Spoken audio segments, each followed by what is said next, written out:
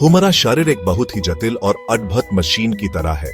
इस मशीन को चलाने के लिए बहुत सारे सिस्टम मिलकर काम करते हैं। इनमें से एक महत्वपूर्ण सिस्टम है एंडोकैनाबिनॉइड सिस्टम (ECS). ECS शरीर का एक ऐसा अंतर्निहित रेगुलेटर है जो शरीर के अंदर होने वाली बहुत सी क्रियाओं को कंट्रोल करता है। यह सिस्टम शरीर के अंदर बने कुछ रसायनों और उनके रिसेप्टर्स से बना होता है। ये रिसेप्टर शरीर के बहुत सारे हिस्सों में मौजूद होते हैं, जैसे कि दिमाग, नर्वस सिस्टम और इम्यून सिस्टम। ECS का मुख्य काम शरीर में होम्योस्टेसिस बनाए रखना है।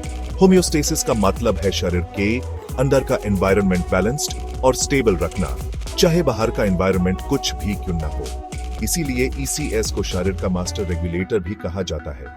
यह सिस्टम हमारी सेहत के लिए बहुत जरूरी है और इसके सही से काम न करने पर कई तरह की बीमारियां हो सकती हैं। एंडोकैनाबिनॉइड सिस्टम 3 मुख्य कंपोनेंट्स से मिलकर बना होता है: एंडोकैनाबिनॉइड्स, रिसेप्टर्स और एंजाइम्स। एंडोकैनाबिनॉइड्स शरीर के अंदर बेन ऐसे रसायन हैं जो ECS के रिसेप्टर से जुड़कर अपना काम करते हैं। 2 प्रमुख एंडोकैनाबिनॉइड्स हैं अनांडामिडे और 2-अराचिडोनोइल ग्लिसरॉल 2-AG। रिसेप्टर शरीर के विभिन्न हिस्सों में मौजूद प्रोटीन मॉलिक्यूल्स हैं जो एंडोकैनाबिनॉइड्स से जुड़े हैं। 2 प्रमुख एंडोकैनाबिनॉइड रिसेप्टर्स हैं CB1 और CB2। CB1 रिसेप्टर्स मुख्य रूप से नर्वस सिस्टम में पाए हैं, जबकि CB2 रिसेप्टर्स इम्यून सिस्टम और पेरिफेरल टिश्यूज में। एंजाइम्स ECS के तीसरे और अहम हिस्से हैं जो एंडोकैनाबिनॉइड्स की प्रोडक्शन और ब्रेकडाउन को कंट्रोल करते हैं।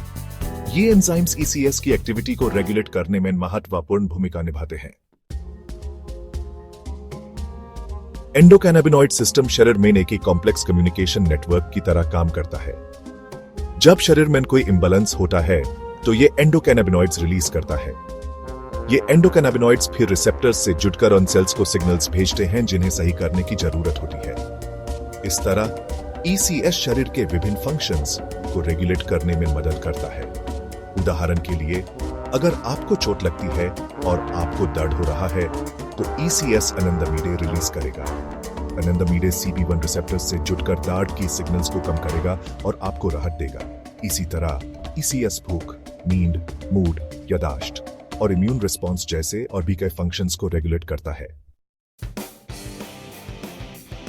सेक्शन 4: सेहत का रखवाला, एंडोकैनाबिनॉइड सिस्टम और हमारी वेलबींग। एंडोकैनाबिनॉइड सिस्टम हमारी ओवरऑल हेल्थ और वेलबींग के लिए बहुत जरूरी है।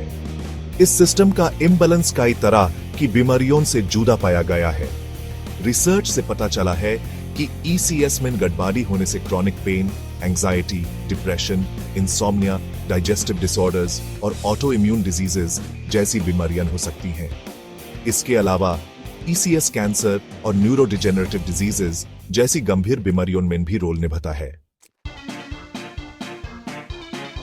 सेक्शन 5: भविष्य की संभावनीय एंडोकैनाबिनॉइड सिस्टम और चिकित्सा।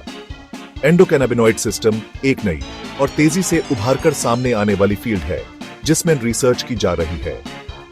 साइंटिस्ट्स का मानना है कि ECS को टारगेट करके कई तरह की बीमारियों का इलाज किया जा सकता है। इस क्षेत्र में कैनबिस डिराइव्ड कंपाउंड्स जैसे कि CBD और THC पर भी रिसर्च की जा रही है।